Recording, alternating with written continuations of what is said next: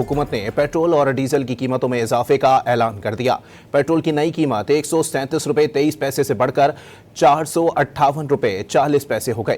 Diesel की कीमत 184 रुपये 49 पैसे इजाफे से 520 रुपये 35 पैसे फी लीटर हो गई।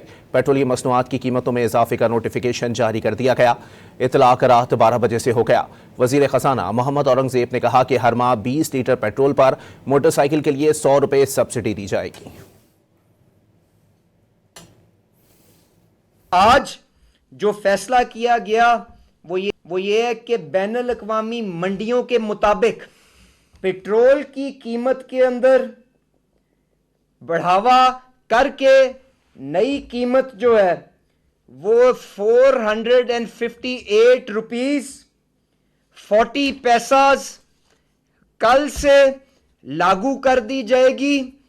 और इसके साथ साथ कोशिश ये की गई कि डीजल जो हमारे काश्तकार के लिए, पब्लिक ट्रांसपोर्ट के लिए बहुत ही करीबी किरदार और जुज रखता है, उसके अंदर कम से कम बढ़ावा आगे पास किया जाए और उसकी नई कीमत को 520 रुपये 35 पैसे के ऊपर रखा जाए।